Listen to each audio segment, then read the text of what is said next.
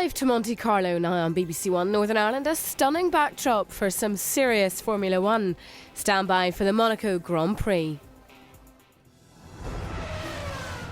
So boring, this Formula One. It's what I hate about it most. They just all seem completely out of control. What drama in Formula One? Nobody can afford to relax. It's just mind-blowing. 13 races to go. This is Formula One.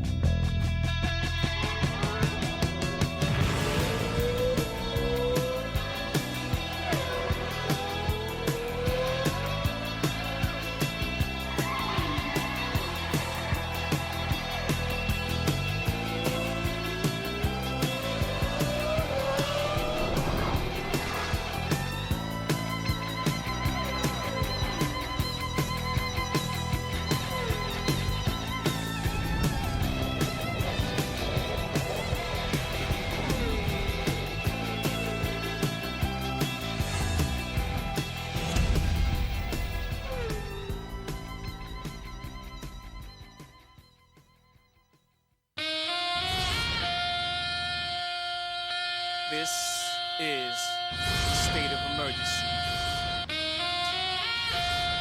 What you want me to do? I'm sorry. I'm back. Let's go get him, Chuck.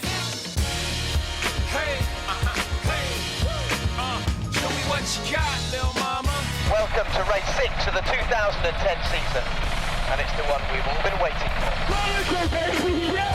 Hands up and wave. Yes, it's Monaco, the most famous and glamorous race of them all. It's the winner's turn. Where the memories of winning never leave you.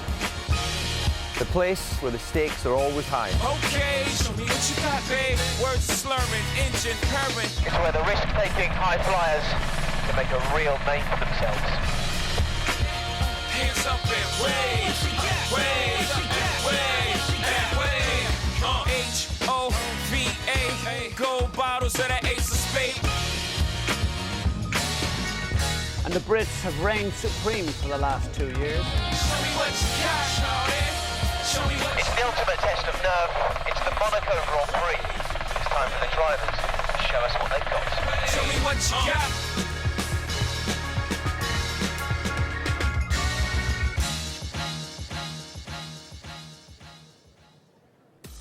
Well, arriving in style is just about the only way to arrive at a place like this. Once it was just another sleepy fishing port along the coast. Well, there's nothing sleepy about this place one weekend a year. The celebs on the yachts like to think the crowds have turned up to get close to them. The reality is it's the intimacy of Monaco, the chance to almost touch an F1 car at full pelt at a place where they really come alive that attracts the thousands. And the races keep coming, the travelling keeps coming. Turkey, Canada and Valencia are next. And then we're home for the British Grand Prix at Silverstone. And it was 60 years ago this very week that Formula One was born at that circuit in Northamptonshire. Giuseppe Farina won that race, Eddie, in his Alfa Romeo. What would he make of this place all these years later? What do you think? Well, I think he'd be shocked because Formula One in itself has come a huge way. But Monaco really hasn't lost anything because it's a real racer's paradise. The adrenaline is pumping. The cars are so close to the track. We've already heard what they've said about it. It's just an amazing place to come, and it never loses its intrigue here. I know you've been coming here a long time. You've even raced here. Has it lost any of its sparkle for you? I think it's probably grown bigger and better. It's a big commercial world, but then all sport has become bigger and better in the sporting world. And that's an aspect that we all have seen the change, and I don't think it's necessarily a bad thing. Well, if he was still with us, I'm sure one thing that Giuseppe would appreciate is the racing this season, particularly how close it is for both the teams and the constructors. Yeah, I think we've seen a very close season so far, especially between the top 4 teams. We've only seen one double winner in Jenson Button. And obviously Mark Webber put his mark firmly on the World Championship. A dominant performance in Barcelona last weekend, which he'll be hoping to build on here this weekend in Monaco. And we can see now the standings at the moment. When you sort of separate out the wins and everybody has a little piece of the pie, it really does keep it bubbling under nicely, even a few races in, doesn't it? Yeah, I have to say, this new point system, 25 points for a win and the points going down to 10th place, has actually kept the the battle a lot closer. And I think there's only 20 points cover the top 6 or 7 drivers in this championship. OK, well, lots to talk about, not just David's white jeans, but also on track as well. There's loads of things going to happen between now and Lights Out, which is about 45 minutes away, at a place that tries to overshadow even the fastest racing cars in the world.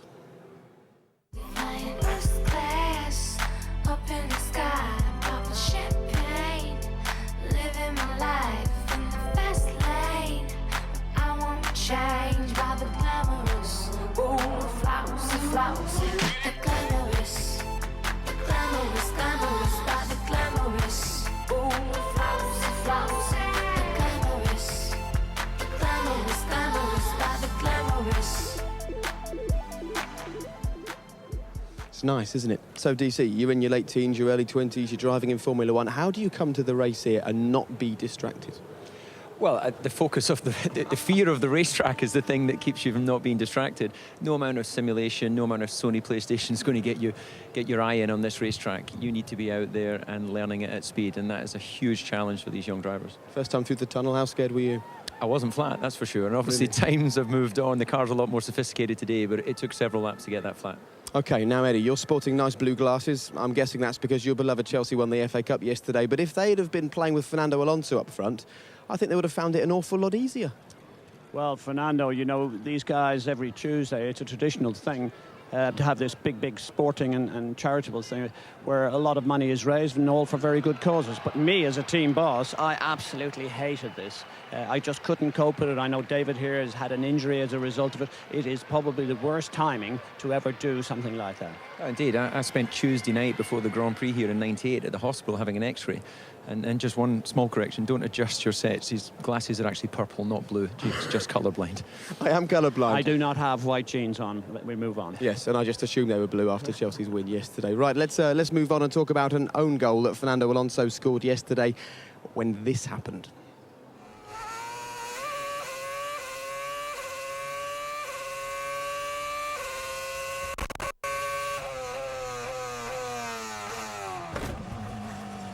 Well, David, that was in free practice and a very nasty moment indeed, not just for Fernando, but for the team. Well, indeed, you hear the noise, the crunch as the car makes connection with the Armco barrier.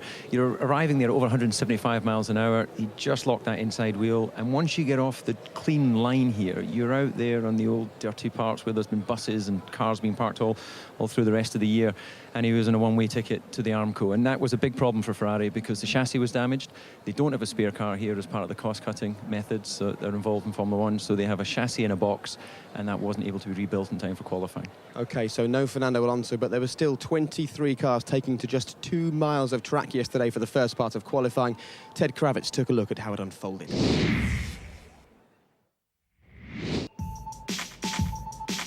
Monaco qualifying day rewards the brave as much as it punishes the careless. Put it on pole or put it in the wall. After Fernando Alonso did the latter and was forced to sit out the session, he became just an interested spectator as his title rivals took advantage of his absence. The 3 new teams duly dropped out in first qualifying. Heikki Kovalainen entertained the crowd with a high-risk, all-or-nothing strategy to try and propel his Lotus into Q2. I decided to go for it, and it just went out of control. He was all over the place the second run. Vitaly Petrov tried to carry too much speed into the first corner, and this was the result. While the only other unexpected dropout in Q2 was Adrian Sutil on a track he enjoys. He hit traffic on his final run and was left feeling rather sorry for himself, down in 12th. My tyres were cold and the lap I did was just not enough. More tales of disappointment came in the final part of qualifying for Mercedes. Nico Rosberg blocked teammate Michael Schumacher's first attempt, leaving him 7th on the grid. But by the time Rosberg had found some clear track, his tyres had gone off, he'd lost his rhythm, and was left a frustrated 6th, and not a particularly good interviewee. I'm very sorry, I'm in a bad mood, so because I did terribly. No, in fact, I should have had pole or at least first row of the grid today, because in Q2 it was easy for me to be first with just one set of tires, so I should have been on the front row or just right up there. Only from my teammate I've been hindered once, but otherwise I had a clean situation. McLaren mismanaged their tyres and couldn't get them up to temperature. Lewis Hamilton has an immense record round here, but 5th was the maximum he could achieve. Jenson Button's first lap in Q3 was subject to this block by Felipe Massa. Button's final attempt only good enough for 8th. I don't know what he was thinking. You know, there are only 10 cars out there in Q3. It should be easy to keep out of the way of cars coming round, but he obviously wasn't looking in his mirrors. It was a car in front of me who backed off in the last corner, so I backed off. You know, these things can happen. So with every other team suffering through bad luck or bad judgment, it was left to Robert Kubica to crash Red Bull's party.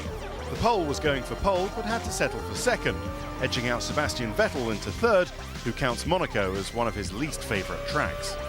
Well, just not quick enough in the end. It was quite chaotic also because in the beginning I didn't get a clean lap, and then I went off at the chicane. You have to always be right on the limit, but never above, and I think this is quite big challenge for all drivers around the street circuit. But momentum is a precious commodity in F1, and it's now with Mark Webber. High on confidence after winning in Spain 7 days ago, he used that same sharp focus to dance the Red Bull through the streets. A stunning lap, the most important pole of the season, and an emotional achievement for the Aussie. I went, just found another gear, I suppose, in terms of confidence in the car, and I knew just how important it was to nail a good lap, because you never know what these guys can do. The heart rate was very, very high, right on the edge, and just went very well for me. So Mark Webber poised to take advantage of a Ferrari in the wall and a teammate out of sorts. Renault on the front row. Massa is Ferrari's focus in fourth, then it's Hamilton and Rosberg, Schumacher and Button. Williams are 9th and 11th, Sebastian Buemi, best of the Toro Rossos, 13th. It's an all-Sauber row 8, ahead of Lotus, who remain faster than the other new teams, Virgin and Hispania. Fernando Alonso starts from the pit lane in the spare Ferrari. So a Saturday to forget for Fernando Alonso, but what a qualifying session and what a location to present live TV from. If you're wondering why we're on a boat, it's got absolutely nothing to do with showing off and everything to do with the fact that the pit lane and the paddock here is so tight we just couldn't get the guys in there, unfortunately. It's a beautiful boat, this, but it far from dominates the harbour. And talking of domination, at the moment, Red Bull are the team to beat, and we can speak to the team principal, Christian Horner, right now. Christian, before long it'll get to the point where you're not celebrating the fact that you're on pole position. All you'll be thinking about is 25 points for a win, and that's what you're gunning after this afternoon. Well, that's our key focus this afternoon. I mean, obviously, pole position here is probably the most valuable one we've had of the year so far. And, you know, it's a great record for the team, you know, split evenly between the drivers to have 3 apiece. But this one was very special and very important because it's a very short run into that first corner. And you've got some very in-depth information into Mark Webber's pole lap. Just for people at home, explain to us from the statistics that you've seen, how special was that lap? I think that lap was probably the best in his career to date because, you know, he did one lap that was good enough for pole, but he just got into a rhythm and he got into a zone. And, you know, that last lap, looking at the steering traces through Casino Square, through the Rascast, the last section of the lap, and, you know, swimming pool in particular, was absolutely awesome. So the margin that he had was quite remarkable, especially around such a short lap as Monte Carlo. Christian, Eddie here. Everybody is aware how great the car is and how good it handles downforce, etc. But the surprising thing to me is the drivability of the engine. I mean, it's 1, 2, 3, the Renault engine, your engine. It's right there. It must be the most encouraging aspect of this particular season so far. Yeah, I mean, I think engine around here is probably less effect than anywhere else. And, you know, certainly, you know, the guys have got the best out of the combination. And Robert Kubica's lap and his pace throughout the weekend, he's been a big threat since the first practice session. He's looked very, very quick around here, and we certainly don't underestimate him this afternoon. But collectively, a good result for Renault, and you know, it's important that we now convert that into, you know, sensible points, especially with some of our rivals further back. Christian, how do you explain the fact that Sebastian was leading the charge for the team in the first few races, and then obviously in the last couple, Mark seems to have just had that little edge? Is it the natural ebb and flow of racing, or can you observe something from the personalities behind the wheel? Well, I think it's an interesting question because, you know, certainly Sebastian started the year in very dominant fashion, and you know, Mark has found his stride, and he's found that sort of mojo that, you know, as a driver, you know, his confidence is high, he's comfortable in the car, he's relaxed, and the time's coming pretty easy for him, which, you know, when you're in the zone like he is, he's carried that confidence from Barcelona last weekend into Monte Carlo here. Sebastian, you know, wasn't quite as happy with his car in Barcelona. You know, he's trying very, very hard, but sometimes you need to, you know, relax a little to go quicker. But, you know, we're just very, very fortunate as a team that we've got 2 drivers that are pushing each other to the extremes that they are. It's what a team principal dreams of, Christian, so enjoy it while it lasts. Thanks very much for chatting to us, and we saw a shot there, didn't we, of Mark Webber eating his banana, building up his energy ahead of today's race. And you've only got just over half an hour now, about 35 minutes until lights out for the Monaco Grand Prix. Any of you know who the last man was to jump the pole sitter here at Monaco? That would be me, probably. That would be you, 2002. Surprising question, isn't it, really? Well done, David. I thought I'd drop it in there, make you feel good about yourself. Thanks for that, Yeah, good. Well, two men that know how it feels to win here, Lewis Hamilton and Jenson Button. Now, they didn't have the greatest qualifying session yesterday. They start 5th and 8th, Lewis starts 5th, Jenson starts 8th. They were struggling on the softer tyres, which is the tyres they start on, David. Just explain why you'd be good on a hard tyre and bad on a soft tyre around here. Well, the compounds are obviously the control the contact patch with the circuit, but the way that contact patch is then transmitted through the carcass, into the wheel, into the suspension, and then ultimately into the hands and the bum, if you like, of the driver. And that obviously gives the confidence to either push, or it gives the driver a warning signal just to back off. And clearly on that softer compound, for whatever reason this weekend, it's not giving them the confidence to really deliver the lap time. And these boys will be paying their respects, Eddie, to the royal family at the start as they get into their car, because you never know here. It's a real race of attrition. You don't know which driver is going to be congratulated by the royal family at the end of the race, do you? Well, I mean, Prince Albert, he has been remarkable since he's taken over prominence here in the Principality. I think his fingerprints are on a lot of new, exciting and good things for this Principality. And it's very encouraging to see him taking such a huge and active interest in this. And if you're wondering, Philip Green, Jennifer Lopez and Mark Anthony have absolutely nothing to do with Formula One, but this is the Monaco Grand Prix, so what the heck? We're going to show people at home a bit of Jennifer Lopez, David. I'm sure you don't mind either, do you? Not at all. I think that there's some good tips for the aerodynamicist could be taken off her outfit, so I think we can all learn something from that. I think with Cannes being on, there's obviously all the celebrities around the Mediterranean this weekend. Trust you to think about that. We also saw Bernie Ecclestone there as well. I'm sure that he's enjoying things. He does enjoy the glitz and the glamour of the Monaco weekend, so he'll be thinking nice thoughts, but spare a moment to think about what Bruno Senna is going through. Of course, he did very well here in the Junior Formula, but this is his first ever race in Formula One, where his uncle reigned supreme. Ayrton Senna won here on 6 different occasions, and whilst Bruno starts from 22nd on the grid today, and to be honest, a win is well out of his reach, it'll still be quite an emotional afternoon. People ask me if Ayrton is my idol. Another magnificent drive by the Brazilian Ayrton Senna. For me, he was the best. Ayrton Senna wins the 1989 Monaco Grand Prix. He could do pretty special things there on this track, and he was considered the king. 1987, 89 and 90. I never remember of Ayrton doing a race weekend. I really remembered of Ayrton on the podium, and felt very, very nice to be in the same place where he was so many times. 6 times a winner here. Ayrton Senna crosses the line. We're still the only 2 Brazilians who won in Monaco. The Monaco Grand Prix finishes with victory for Ayrton Senna. I don't want to be Ayrton. I never wanted to be Ayrton. I want to be Bruno and achieve what I can achieve. Bruno, I know that when you started your career, there was such a buzz because there was a Senna name back racing again. Does that make it a hindrance or a help, or increase the pressure on you? Well, in the beginning it was quite hard for me to cope with people's expectations over the surname. Everybody was comparing me to 3-time world champion Ayrton, and that was only my first year of motor racing with no experience whatsoever from go-karts. All in all, it's been an advantage. It's been great for me to have the name, to find partners and sponsors, and it helped me a lot. Nowadays, I can cope with the pressure pretty well. It stops me in my tracks. It looks exactly like Ayrton Senna. It's so relaxing here in Monaco, but I suppose at the moment, the way things have maybe gone the first few races, you need to be able to relax. It's been a tough start for your Formula One career. Yeah, it's been quite tough. I never imagined it would be easy. At the moment, I'm really looking forward to going to the races and driving the car, and I think good things are to come. Not in the immediate near future, but not too far away from now. What are those good things? Have you had to reassess your targets for the year? Yes, of course. Now, especially in the beginning of the season, we started the year thinking about competing against the other new teams and maybe sometimes finishing on the points, but we're a bit far away from that now. And it's a tough situation in our heads because you're told to push, but you cannot push. And you know, you always want to push, but mistakes happen when you're on the limit, and especially in the beginning. I know there's different types of pressure, but it was an unusual crash for you to have in Barcelona. Just tell us about what happened. Yeah, it was quite interesting actually, because I started quite well the race. On the first few corners I made quite a few positions.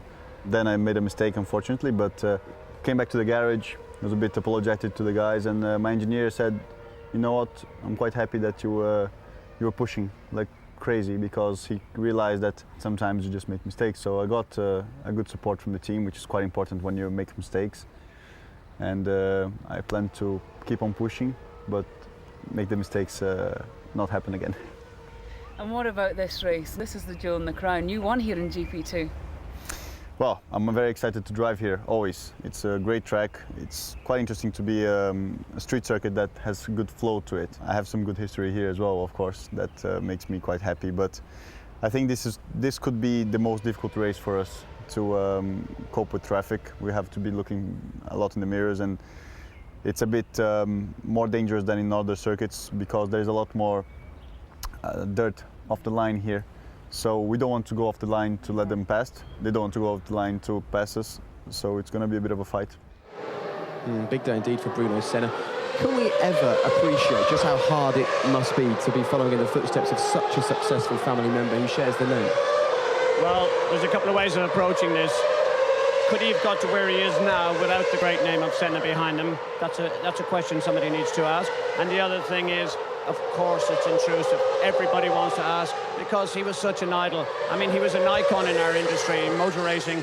Senna, Schumacher, Fangio, you know, they're the names that reel off the tongue, and no doubt about it, he was an out-and-out legend. And you've actually been taking a look, David, at some of the rookies compared to some of the experienced guys around here. Experience, as the guys make their way onto the grid, makes a very, very big difference at Monaco, doesn't it? Well, this is where it really shows. And just coming back to what we were saying there, you know, it's almost an impossible task for Bruno, isn't it, to follow in the footsteps of Ayrton. And the sport was robbed of him in the prime of his career. But you can really see when you go around the racetrack, and when we were out watching earlier in the week, the guys with experience turn in early because they know that there's an apex that will appear to them at the right moment. The guys who don't know the track, the young drivers, have to wait until they think they're not going to touch the barrier on the inside. And that's where the key lap time is won or lost around this racetrack. OK, well, Lewis Hamilton's making his way around to the grid where he will start 5th for this race. And after a blown wheel last week in Spain cost him 2nd place, he may well have been well within his rights to question just where has Lady Luck gone this season. He has had misfortune after misfortune. However, if there's one place where his driving skill can outdo anything else, it's here around the streets of Monaco. I gotta testify. Come up in the spot looking extra fly. Good music. I'm a touch the sky.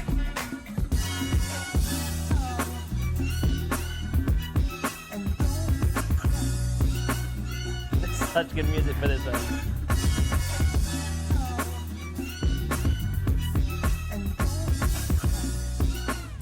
Nice. Who was the man in the white jacket you were covering in Champagne? He did he. I thought I'd get him. He's always saying that he's all clean and all that, so I thought I'd spray him. What's it like taking a look at one of your most famous wins, condensed down to just a few seconds with that music on there?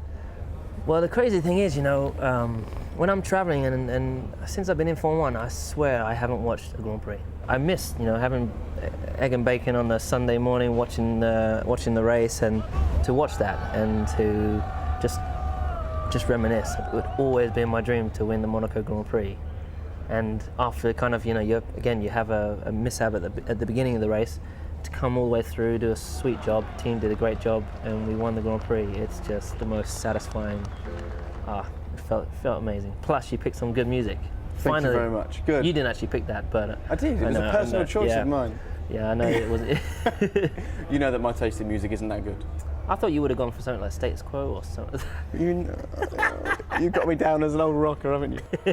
Why do some drivers drive well at Monaco, do you think? You're one of these guys that people talk about as a Monaco natural. It's difficult to put it into words, but you don't have to have as much guts to get close to grass. But you have to have serious heart and serious passion to get close to these barriers. There's just no run-off areas. You go straight, you're going into a wall. The slightest error and your race is over. But you say all that with a smile on your face. Because I enjoy it. I think all the petrol heads or the adrenaline junkies, this would have your heart racing, this track. When you leave the pit lane, you speed up that hill up to Casino. You know, there's only 24 of us in the whole world. that can come and drive this track, and there's only a few of us that can do it any good. And to have won here and to know that you can do it is just, it's the coolest feeling. We spoke to Sterling Moss recently. There were some amazing shots of him driving around here in the late 50s, early 60s. Awesome. Short sleeve t-shirt. Yeah, he was awesome. Yeah, he was crazy.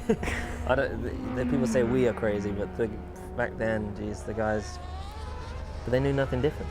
I heard someone said that he made a comment that he had time to look at, he could see the ladies' lipstick or something like that. Yeah, he said if he saw ladies with nice bright pink lipstick, he'd give them away. You're not telling me you don't look at the ladies along the front when you're going down there? I only look at one when she's here. That is the right answer. I know. Done yourself some favours there. Yeah.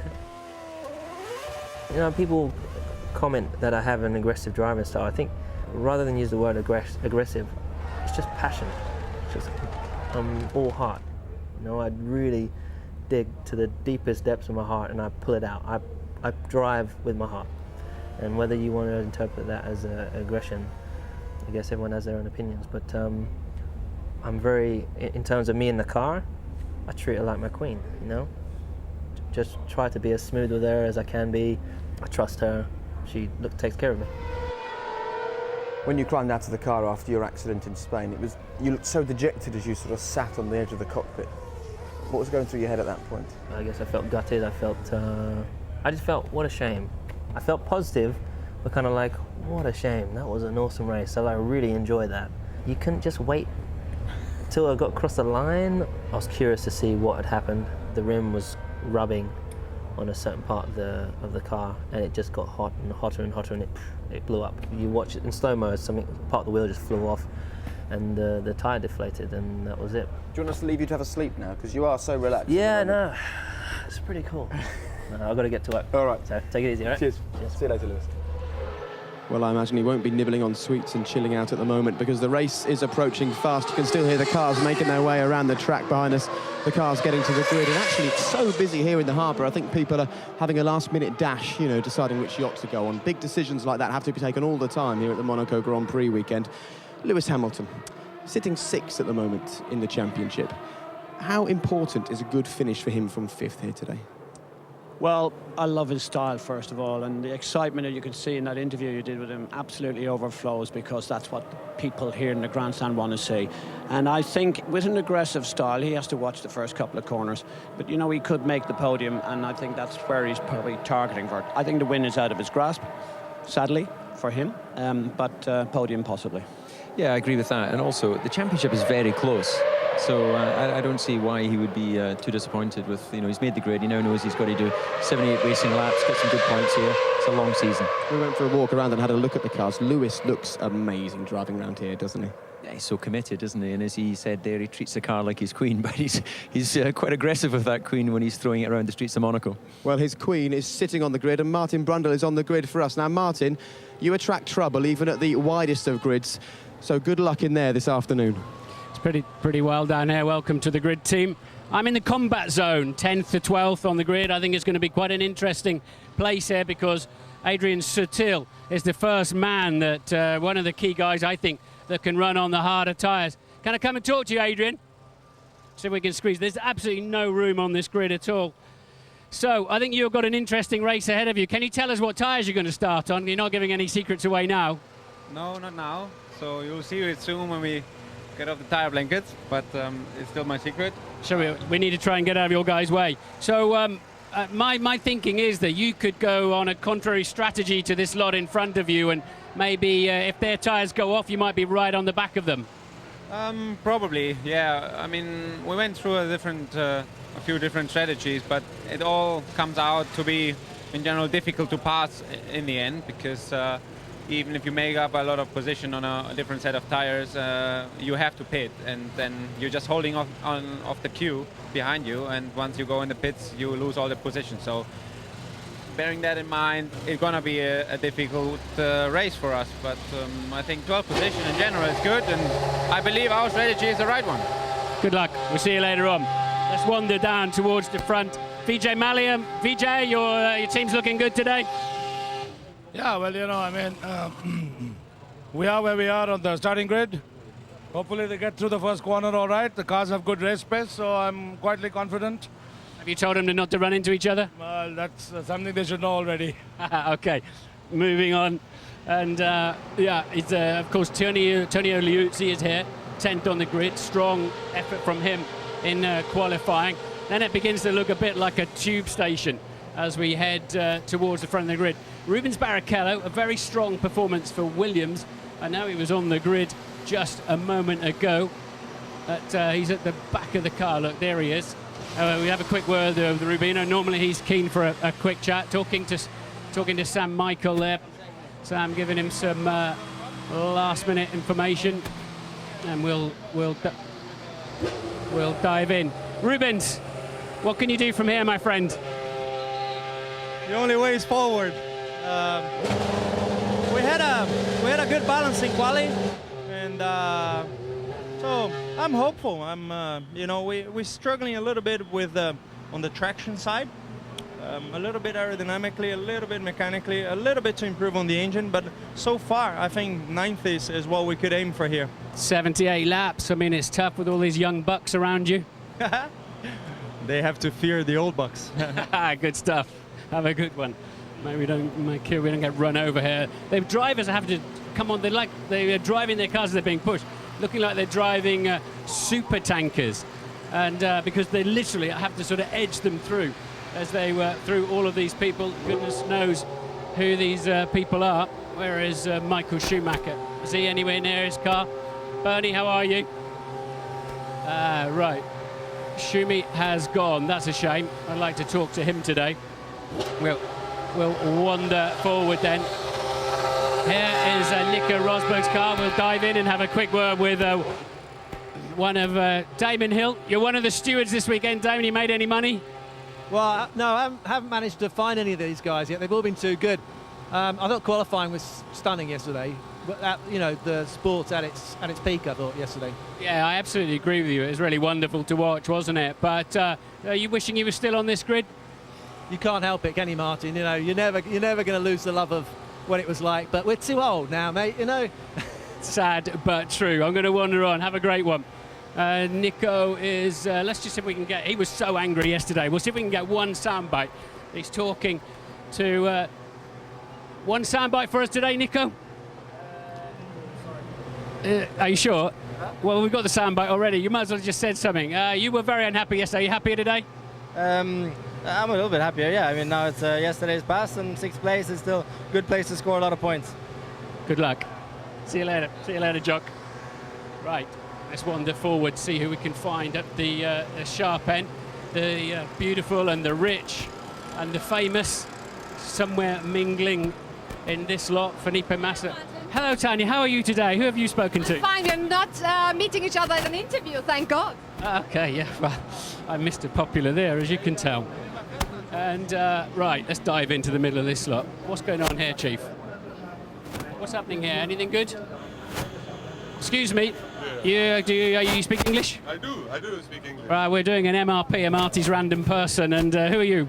Mark Player from South Africa. Oh, cool. What brings you to the grid today? Just excitement and friends, Nancy here in Monaco, and just want to be part of Formula One. It's an exciting sport. Excellent. Nancy, who's going to win? Any ideas? Sorry?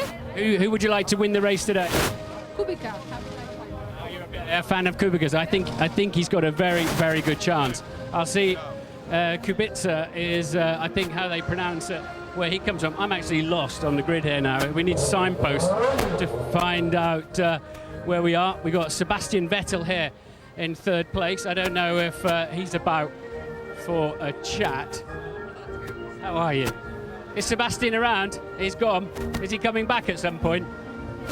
Gerard Butler. Gerard Butler. Gerard Butler, how are you? Good to see you. Man from 300 and law-abiding citizen of course. He beat me and Eddie Jordan to the sexiest man in the world back in 2005.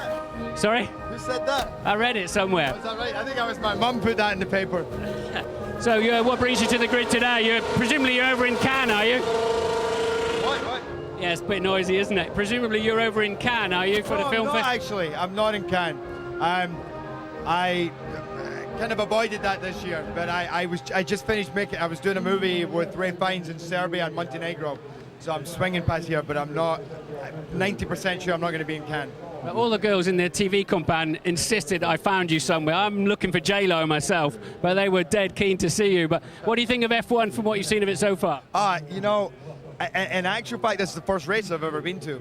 And since I arrived, the atmosphere has just been incredible. You know, it's a whole special thing, and all the boats in the harbour and the excitement about the race. And I've met a lot of the drivers, and it's really incredible. But the best part, you know, the crowning moment has been today coming onto the grid. Just can't describe the atmosphere. It's wonderful, isn't it? Good to see you. I'm going to go and find something sweet called the Sugar Babes. Robert Kubica there is busy talking to... Oh, that's the little Spanish girl who kicks my legs if I ask any questions when she's around. Right, where are the Sugar Babes? They're by... There are the Sugar. How can you trip over 3 Sugar Babes and not notice? Girls, BBC, Martin Brundle, how are you doing? Good, thank you. So what brings you to Monaco this weekend? Well, we had a couple of shows, one for the Elton John AIDS Foundation, and then the other one was for Red Bull last night at Amber Lounge. And then now today we're just enjoying the race. We're here to watch the Grand Prix and enjoy it. Heidi, who do you reckon? Who do you want to win this race? I don't know. British, yeah. Lewis or Jensen? Yeah, you fancy Lewis for today. He's got to come from a long way back. That's the trouble, but it's going to be a busy afternoon. The Brits have got to represent. Come on, come on. We were actually thinking of dedicating Push the Button to Jensen. Push the Button. Okay, good to see you girls. Have a wonderful day. I don't know how long I've got left. Have I got any time left? I think we've gone. I've lost sound here. Back to you, Jake. Oh, what a shame. Just as he was hotting up, I'm just in awe and in shock that someone beat you to the sexiest man in the world, Eddie. Did you notice how I turned Martin off there? He just had too many girls congregating around him, and we're stuck up here in the top of a boat. Life's just not fair anymore. Clearly too much for Eddie Jordan, and maybe for Martin as well. How did you keep your focus on the grid? Well, the fear of 78 laps of Monte Carlo was sufficient to keep my focus. You know, if you look at the drivers there, they're talking to their engineers, they wander off to sort of get some peace and quiet off the grid. They're not really mingling around like all the stars there. So, you know, you just try and keep in your zone. OK, Fernando Alonso is making his way out to the grid. He starts 24th and last for this race. I suppose he'll be thinking about the fact that Michael Schumacher a few years ago started 22nd and finished 5th. I mean, can you imagine any points for Fernando this afternoon?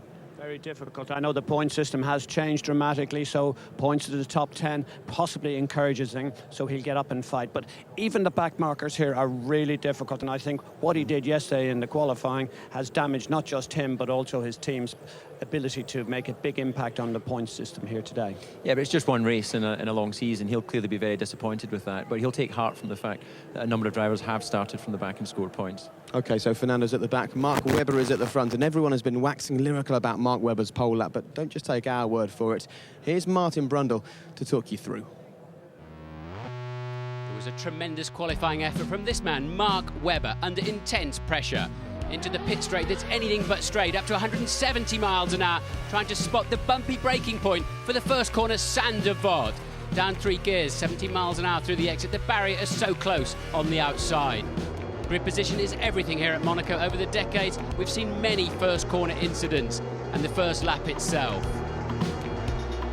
Climbing the hill towards Massenet, shooting for the stars it seems, 170 miles an hour as you pop over the top, down 3 gears, 120 miles an hour, into Casino Square, down another gear, 100 miles an hour through the apex, missed the big bump on the outside, heavy braking into Mirabeau, 70 miles an hour, catch the rain gully to pull the nose of the car into the corner, accelerate hard towards the hairpin, full lock, just 40 miles an hour. This little right-hander needs just the right amount of pavement at 70 miles an hour. Turn in from close to the barrier to open up the angle of the Portier corner in 3rd gear.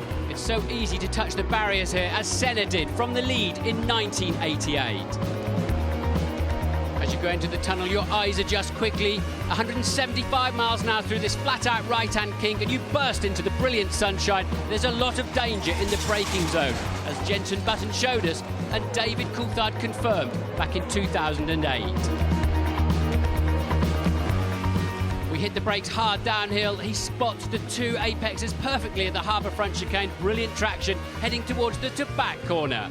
Back in 1982, the Professor Alain Prost didn't make it as far as Tabac, and a couple of years later, I made it into the corner, but sadly, not all the way to the exit. Let's see it through Mark Webber's eyes. 170 miles an hour towards to back, threading the Red Bull between the barriers at 140. Swimming pool ahead of us, glancing across the curbs at 145. Heavy braking for the exit of the swimming pool, a tight chicane. Up to 150 again, 2 corners to go. The hairpin of Raskas, we've missed the apex, get away with it. The final 70 mile an hour off-camber Antonino's corner that tries to spit you in the barriers. Webber drives for the line. It's a total lockout for Red Bull. 6 pole positions in 6 Grand Prix. They're looking fantastic, aren't they? And believe it or not, just as we saw Mark Webber there fly around the swimming pool chicane, David looked at me and went, that's some reaction from a man that's won 2 races here. It still blows you away, does it? Yeah, the speed through the swimming pool, the commitment that Mark had there was fantastic. As Martin pointed out, he got a little bit wide at Raskas, but he was so quick around the rest of the lap, it didn't matter. You know, he had pole by 3/10. Now, the clouds have started to come over the top of us here. Could there potentially be a cloud on the horizon, though, for Mark Webber? Because you spotted something during qualifying yesterday that potentially could haunt him at the start of this race. Yeah, absolutely. As we go down after Casino Square, down into Mirabeau, and as Martin mentioned, he hooks in the gully, but just a bit too far, hits the tyre up against the Armco. Let's do it slowly here, into the rain gully, and then look at that, bang, hits the Armco. And when he got out of the car after qualifying, look at that, there's a little glance at his tyre just to make sure no damage, because he knows that he has to start on that set of tyres this afternoon.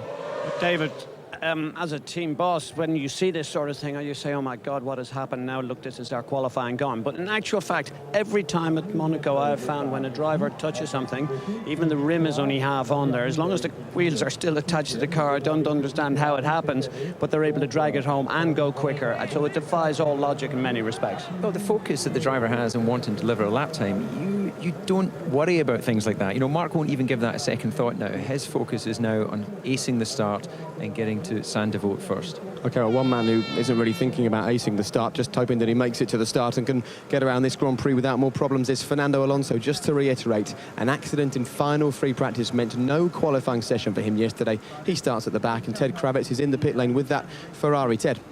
Yes, Jake, it's not a good sight for a Ferrari. It really should be on the grid, but here it is. It's chassis 282, which is not a new chassis. It's a chassis that did large parts of testing with Felipe Massa and Fernando Alonso, so the team know it well. They've kept the original engine, in which Fernando had that rather large crash yesterday, but they put a new gearbox in it because the gearbox was actually destroyed as well. Now, the Hispania cars have said that they will not get in Fernando's way and they will let him pass straight away. I think we can expect the same from the Virgins. But when he gets up to Kovalainen and Trulli in the Lotus cars, they're only about 2 seconds, 3 seconds slower than him. And it's very difficult to overtake. And they have said they're going to race him as if he was any other competitor. So I think Fernando's afternoon is going to get very sticky when he gets up to the Lotus. The one benefit for him is that he will avoid any kind of chaos at the first corner because, of course, the pit exit curves round and misses turn 1 completely. Okay, thanks, Ted. It's not the greatest thing in the world, the fact that he's not going to be in the mix, is it, at the first corner? And how hard will it be when he reaches those new teams, Eddie? Because they're going to want to prove a point to Fernando and Ferrari, aren't they? Well, I think, first of all, point out, for me, if I was running the car, I'd be much happier about starting from the pit lane, and particularly in a place like here, because he avoids the chaos, the inevitable carnage that's likely to happen at the first corner. So he'll be okay. I mean, just come to terms with it now. We can see Robert Kubica there starting second on the grid, and it's not unknown for the guy in third place to hop straight ahead of them off the start. It's quite a dirty side of the grid to be on there, isn't it, second place? Yeah, there's only limited racing here. We did have the historic Grand Prix here 2 weeks ago, so there's a bit more rubber down on this track than you would normally see. But as you say, it's not unusual to sometimes see him be able to get the jump. But I think that Robert Kubica had already mentioned that his starts this year have been a bit variable, so Mark will take some heart from that. And I just come back to what we're saying about Fernando. I've got to say, I would rather start from the racetrack than start from the pit lane, because if you start from the racetrack, you have the chance to pass someone into the first corner. If you start from the pit lane, you're guaranteed to be wherever position you're in when all the cars come out of the first turn. So I think you've got to think racy from the back. Yeah, OK, right, here we go then. We've got a Red Bull first and third. We've got Renault sitting second. Kubica's on form. Pick a winner for us, Eddie. Well, I thought Kubica could possibly annex just the pole yesterday.